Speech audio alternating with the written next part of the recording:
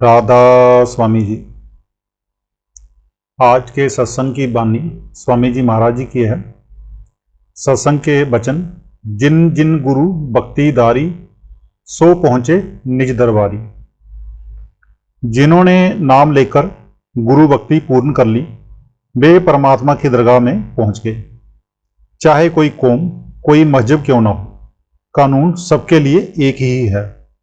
संतों का उपदेश सबके लिए है। हजरत मोहम्मद साहिब ने कुरान शरीफ में फरमाया है रब्बुल आलमीन। उन्होंने ये तो नहीं कहा रब्बुल हिंदू या रब्बुल मुसलमान।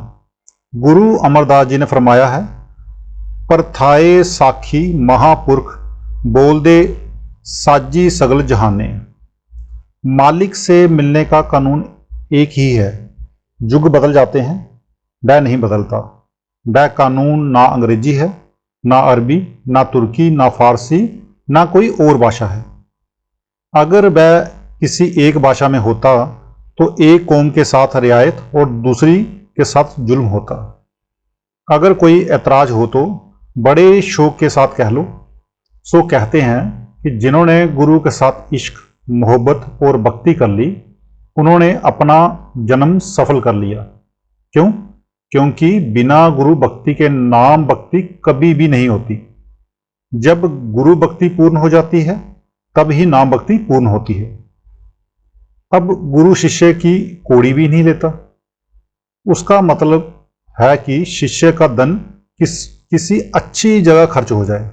गुरु चाहता है कि इसका तन मन धन के साथ प्यार ना रहे, बल्कि इसका नाम के साथ प्यार हो जाए। अब कहते हैं कि अगर तू परमेश्वर को पाना चाहता है तो तन मन धन की मोहब्बत छोड़ दे। जब शिष्य तन मन धन की मोहब्बत छोड़कर उसके पास आता है और पूछता है कि बताओ मैं क्या करूं, तो गुरु कहता है कि अपनी सूरत को शब्द के साथ जोड़ दे। गुरु को इस दुनिया का कुछ भी लेना नहीं है, बल्कि वह तो चाहता है कि इसके हृदय पर दुनिया और दुनिया की चीजों का जरा भी असर ना हो। दरवेसा नो लोड़ी ये रुखा दी जिरांद। आम लोगों का क्या हाल है? अगर कोई मुकदमा आ गया तो चित घबरा गया। बच्चा या औरत बीमार हो गई तो हाय हाय करने लग गए। सत्संगी को मजबूत हृदय रखना चाहिए। गुरु भक्ति ना जिनको प्यारी, तिन जीती बाजी हारी। जीवन मुक्त की अवस्था को हासिल करने के लिए मनुष्य जन्म ही मौका है, और कोई मौका है नहीं।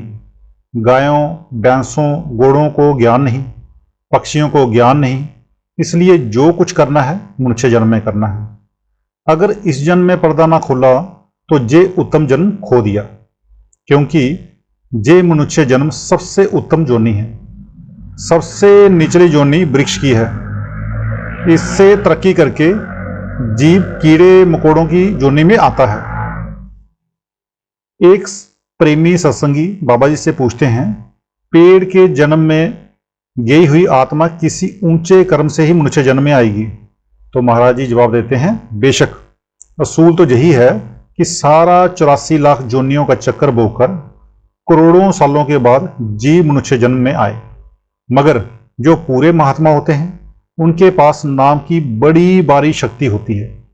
अगर वह किसी पेड़ का फल खा लें या उसकी छाया में बैठ जाएं तो उसे मनुष्य जन्म दे सकते हैं। अगर किसी जानवर पर सवार हो जाएं तो उसे मनुष्य जन्म दे सकते हैं। करीब 40 साल पहले का वाकया है। एक पिता पुत्र आगरा में स्वामी जी महाराज के सत्संगी थे। वहां प्लेग फैल गया। पुत्र को प्लेग हो गया। जब उसका अंतिम समय आया तो पिता रोने लगा। पुत्र ने पूछा कि आप क्यों रोते हो? पिता ने कहा, तू मर रहा है इसलिए मैं रोता हूं। पुत्र ने कहा, नहीं, मैं मर नहीं रहा हूं, जीने लगा हूं। मेरा पर्दा खुल गया है और मुझे पिछले जन्म की खबर हो गई है। तब मैं बबूल का पेड़ था। किसी सत्संगी ने मेरा दातून लाकर स्वामी जी महाराज जी की सेवा में दिया। मुझे मनुष्य जन्म तो मिला, मगर मेरी बुद्धि जड़ रही। अब मैं फिर से मनुष्य जन्म में आऊंगा और कमाई करूंगा। ऐसी घटना कभी कभी ही होती है। वही गैर सत्संगी फिर बाबा जी से पूछते हैं, जो पीपल का पेड़ है उसे महात्माओं ने अति उत्तम समझा है, क्योंकि इसके नीचे ही महात्मा बुद्ध को ज्ञान हुआ था। मगर आप कहते हैं कि पेड़ों की जोनी सबसे नीची है। तो महाराज जी जवाब देते हैं, इसमें शक नहीं कि जिस पेड़ के नीचे संतों ने आराम किया है वह धन्य है। मगर पेड़ों में बावना यानी कि चंदन का पेड़ भी तो है, उसकी पूजा क्यों नहीं होती? मैं कहता हूं पेड़ पेड़ ही है, चाहे कैसा भी हो।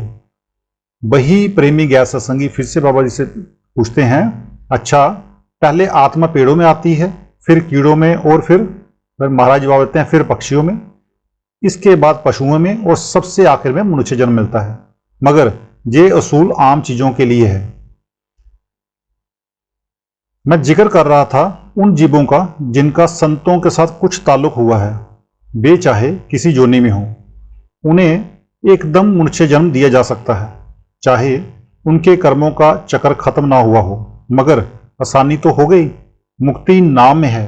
नाम के बिना जीव ऊपर सचखंड में नहीं जा सकता, और नाम की कमाई केवल इंसानी देह में ही हो सकती है।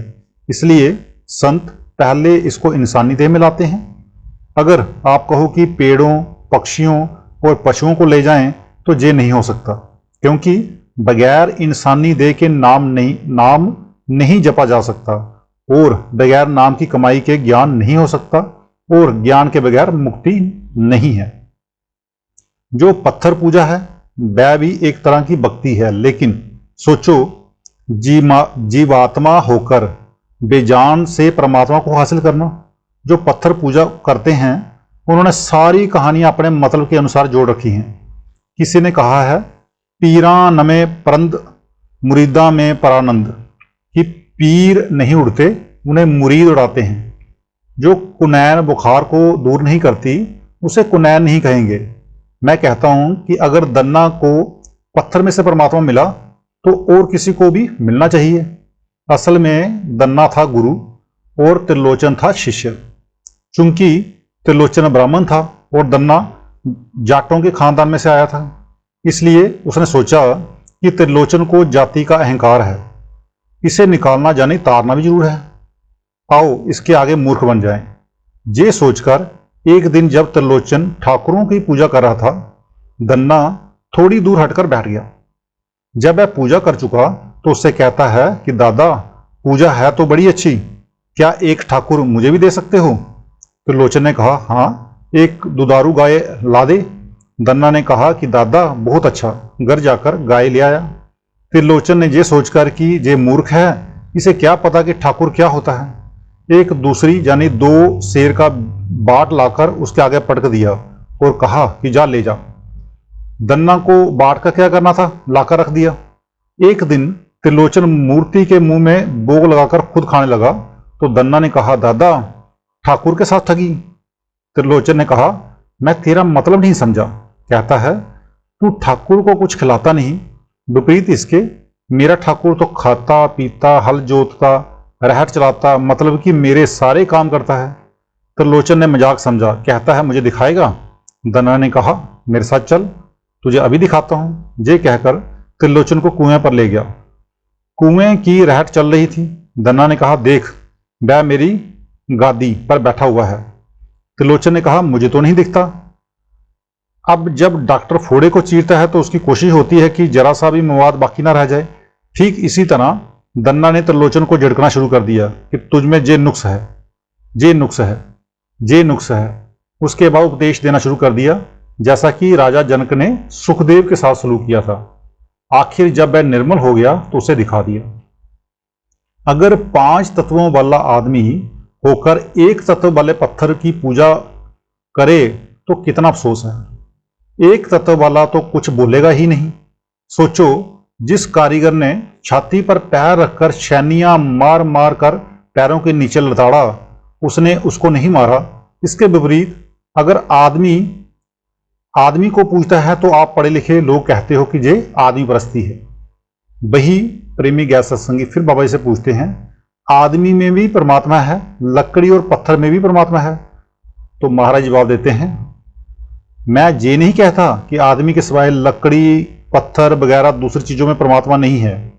मेरा मतलब सिर्फ ये है कि जिस तरह लकड़ी में आग है मगर वह जलाती तो नहीं। हाँ, अगर लकड़ी पर लकड़ी रख कर रगड़ें तो आग जरूर निकलती है। इस तरह बिना नाम की कमाई के मालिक नहीं मिलता और पूरे गुरु के बगैर नाम नहीं मिलता। दूसरे, नाम की कमाई सिर्फ मनुष्य जन्म में ही हो सकती है, किसी और जोनी में नहीं। जिस तरह धर्मदास और कबीर साहब का वाक्य है, धर्मदास 14 करोड़ रुपयों का मालिक था। धनी धर्मदास कहलाता था, जाति का बनिया था और ठाकुरों की पूजा करता था। एक दफा का जिक्र है कि वह गंगा के किनारे पूजा कर रहा था कि कबीर साहब वहां आए। जब वह पूजा कर चुका तो पास जाकर ठाकुरों की ओर इशारा करके कहते हैं, ये जो बड़े बड़े हैं ये तो हुए 2 शेर, और जो छोटे छोटे क्या हैं, क्या शटांके बाट, साथ ही ये भी बता कि ये कभी बोले भी हैं। ये कहकर आप गुप्त हो गए। अब धर्मराज सोचने लगा कि ये बोले तो कभी नहीं, बात तो ठीक है, मुझे पूजा करते हुए कितना समय हो गया। दूसरी दफा कबीर साहब साधु के लिबास में धर्मदास के घर आए। धर्मदास चूल्हे में आग जला रहा था और बीबी आमना पास बैठी थी। कबीर साहब ने कहा, धर्मदास तुम बड़े पापी हो, अब स्त्री अपने पति की निंदा नहीं सुन सकती। उसने कहा, तुम पापी हो, मेरा पति किस तरह पापी है, तुमने उसका कौन सा पाप देखा है। तो कबीर साहब ने कहा, धर्मदास जो लकड़ी तुम जला रहे हो उसके अंदर कितने ही कीड़े हैं, इसे चीर कर देखो। उस जमाने में लकड़ी को धोकर आग जलाते थे। जब लकड़ी को चीरा तो उसके बीच में से जिंदा और मरे हुए सैकड़ों कीड़े निकले। कबीर साहब ने कहा, देखो तुमने कितनों को जला दिया है, ये पाप नहीं तो और क्या है। ये कहकर वे गुप्त हो गए। धर्मदास कहता है कि बात तो सच्ची कही थी, पहले भी एक दिन एक ये साधु मिला था, अगर मेरी इस तरह स्त्री खफा ना होती तो मैं इससे मालिक के घर की खबर पूछता। अफसोस। धर्मदास की स्त्री अपने पति से बोली, आपके पास 14 करोड़ रुपया है, आप यज्ञ करें, यज्ञ में खुद ही आ जाएगा, नहीं तो साधुओं को कोई घाटा नहीं है, गुड़ पर मक्खियां बहुत होती हैं। धर्मदास ने काशी में कई यज्ञ किए मगर कबीर साहब नहीं आए। कई जगहों पर यज्ञ किए परंतु फिर भी कबीर साहब ना आए। गंगा के किनारे यज्ञ किए मगर कबीर साहब को तो ना आना था और ना आए। ज्यों ज्यों धर्मदास यज्ञों पर रुपया खर्च करता गया, उसके दिल में कबीर साहब के प्रति प्यार और प्रीत बढ़ती गई, मगर कबीर साहब नहीं आए। आखिरी यज्ञ मथुरा में किया, फिर भी कबीर साहब नहीं आए। जब सारा रुपया खर्च हो गया और कबीर साहब नहीं आए तो बड़ा मायूस हो गया। हार कर बोला कि रुपया भी गया और साधु भी नहीं मिला, अब घर क्या जाऊं, सुबह जमुना में डूबकर मर जाऊंगा। फिर सोचता है कि अगर आबादी के पास डूबूंगा तो लोग पकड़कर निकाल लेंगे, चलो दूर जाकर डूब मरूं।